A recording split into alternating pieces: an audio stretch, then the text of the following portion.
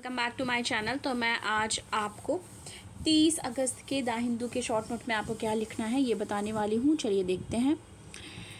तो यहाँ पे आ जाइए। आपको है पहला पढ़ना है ज़ेपोरिजिया ज्योग्राफी लोकेशन से रिलेटेड ये है। इसमें है UN nuclear watchdog run by Ukrainian staff, city in south eastern Ukraine, और ये सिचुएट करता है बैंक ऑफ डेनीपर रिवर। ठीक है, तो हमें इसमें क्या पढ़ना है जोग्राफिकल लोकेशन में कि ये यूएन न्यूक्लियर वॉचडॉग है। ठीक है, जो कि रन कराया जा रहा है यूक्रेनियन स्टाफ के द्वारा। ठीक है, और ये सिटी कहाँ पे है? साउथ ईस्टर्न यूक्रेन में है, और ये सिचुएट करता है कहाँ पे? Bank of Dnieper river. ठीक है, दूसरा क्या पढ़ना है हमें? ज्यूरिप्रूडेंस ऑफ बेल, ये पॉलिटी से रिलेटेड है। इसमें आर्टिकल 21 की बात की गई है, और आर्टिकल 21 क्या गारंटीड करता है? Right to life and personal liberty. ठीक है, और ये जो right to life and personal liberty है ये डिप्राइव तब हो सकती है जब प्रोसीजर इस्टेब्लिश बाय लॉ किया जाए। ठीक है, तो ये ध्यान में रखना है। इससे रिलेटेड ही हमें सेक्शन 438 पढ़ना है CRPC, जिसमें है seeking direction to release on bail. ठीक है, case of arrest on non bailable offence. ठीक है, तो इसमें जो सेशन कोर्ट होता है और हाई कोर्ट होता है उसको डायरेक्शन मिलती है कि कैसे रिलीज करना है बेल पे। ठीक है, नॉन वेलेबल ऑफेंस के लिए। अब सेक्शन 167 CRPC हम देख लें क्या होता है। ये होता है right to release if investigation is not completed within 90 day और 60 डे। तो कब रिलीज़ करना है? आपको राइट टू रिलीज़ का अधिकार मिल जाता है कि आपको रिलीज़ करना पड़ेगा अगर आप इन्वेस्टिगेशन जो है वो 90 दिन या 60 डेज़ के अंदर कंप्लीट नहीं कर पाते। और ये जो है वो वैरी करता है, ये डिपेंड करता है सीवियरिटी ऑफ द ऑफेंसेस पे। ठीक है, दूसरा हमें ये देखना है उसी सेम में इम्पॉर्टेंट है सेक्शन 436। ठीक है, इसमें क्या है? बेलेबल ऑफेंस होता है सेक्शन 436। ठीक है, और जो 437 होता है वो नॉन बेलेबल ऑफेंस होता है CRPC। अब इसमें क्या होता है कि जो लेजिस्लेचर है, ठीक है, वो सिक्योर करती है bail as rule and jail as exception. तो ये बहुत ज़्यादा इंपॉर्टेंट लाइन हो जाती है, आपको ध्यान देनी है कि जो बेल होता है वो एक रूल होता है। ठीक है, पर जो जेल है वो एक्सेप्शन है। ठीक है, ये ध्यान में देना है। अब केस इसमें देख ले तो संजय चंद्रा वर्सेस CBI 2011 का केस है। ये केस स्टडी है।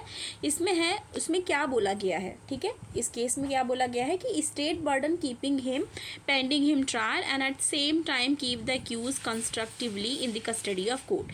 तो स्टेट क्या करेगी? बर्डन लेगी उसका। ठीक है, पेंडिंग हिम ट्रायल। ठीक है, और वो सेम टाइम क्या करेगी? कंस्ट्रक्टिवली जो कस्टडी ऑफ कोर्ट है उसका भी ध्यान रखेगी। तो all depend on the state हो जाएगा। ठीक है, ट्रिपल टेस्ट होगा। 3 टेस्ट होते हैं जिसमें होता है फ्लाइट रिस्क चेक करना है, पॉसिबिलिटी ऑफ टैम्परिंग चेक करना है विद द एविडेंस। ठीक है, और इन्फ्लुएंसिंग विटनेस ये भी चेक करना है। तो हमारा ये वाला जो दूसरा न्यूज़ था ज्यूरिप्रूडेंस ऑफ बेल, उसमें पढ़ना था, जो कि पॉलिटी से रिलेटेड। तीसरा हम क्या पढ़ेंगे? Physical federalism. ये न्यूज़ में आया है, तो इसमें ये GS पेपर 2 से रिलेटेड है, पॉलिटी से। इसमें पढ़ना है फाइनेंशियल रिलेशन होता है between centre and the state. ठीक है, फिजिकल फेडरलिज्म क्या है? एक फाइनेंशियल रिलेशन सेंटर और स्टेट के बीच में होता है। अब अगर इसमें एग्जांपल ले तो जैसे इशू ऑफ GST है। ठीक है, GST का इशू है, सेंटर और स्टेट दोनों पे अप्लाई होता है GST। ठीक है, तो उसमें क्या करना है? ये डील किया जाएगा GST काउंसिल के द्वारा, क्योंकि GST काउंसिल बना है। किसी भी टाइप की डिस्प्यूट, किसी भी टाइप के इश्यूज़ हैं, उसको रिजॉल्व किया जाएगा GST काउंसिल के द्वारा। ठीक है, उसके बाद है state level expenditure pattern such as welfare scheme. अब देखिए क्या होता है, जो स्टेट है वो एक्सपेंडिचर यानी कि खर्चे करती है, और किस के नाम पे ये होता है कि वेलफेयर स्कीम्स लाई है उसने, इसलिए खर्चे कर रही है। तो वो एक टाइप का वॉचडॉग टाइप भी होता है, क्योंकि देखिए अगर कंकरेंट लिस्ट है, दोनों को अधिकार होता है, सेंटर को भी स्टेट को भी। ठीक है, और सम टाइम क्या होता है कि अगर फंड किया जा रहा है सेंटर के द्वारा, तो स्टेट जो है उसको बताना पड़ेगा कि उसने कहाँ कितना खर्च किया है। ठीक है, conception and implementation of central scheme, ये ध्यान देनी है।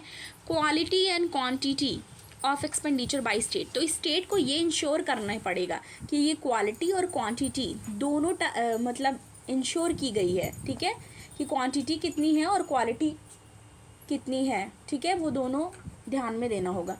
दो तरह के एक्सपेंडिचर होते हैं, एक मैंडेटरी स्पेंडिंग और एक डिस्क्रिशनरी स्पेंडिंग। मैंडेटरी स्पेंडिंग से ही आप समझ जा रहे हैं इस वर्ड से कि ज़रूरी खर्चे, ठीक है, ज़रूरी स्पेंडिंग की, खर्चे नहीं कह सकते, स्पेंडिंग यानी कि इन्वेस्ट करना, कि ज़रूरी एक्सपेंडिंग, ठीक है।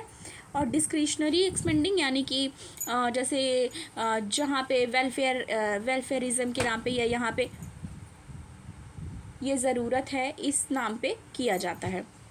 फिस्कल कंसोलिडेशन क्या है? फिस्कल कंसोलिडेशन में होता है फिस्कल एक्सपेंशन, ठीक है, एडिशनल रिसोर्सेज होते हैं इसमें, और स्टेट ओन टैक्स रेवेन्यू भी होते हैं फिस्कल कंसोलिडेशन में, ठीक है। तो ये चीज़ थी। तो हमारे द हिंदू के शॉर्ट नोट के लिए इतना ही। अगर आपको द हिंदू का शॉर्ट नोट पसंद आए तो प्लीज़ वीडियो को लाइक कीजिए, ज़्यादा से ज़्यादा शेयर कीजिए। अगर आप चैनल पर नए हैं तो प्लीज़ सब्सक्राइब करना ना भूलें। मिलती हूँ आपको नेक्स्ट वीडियो के साथ। Thank you.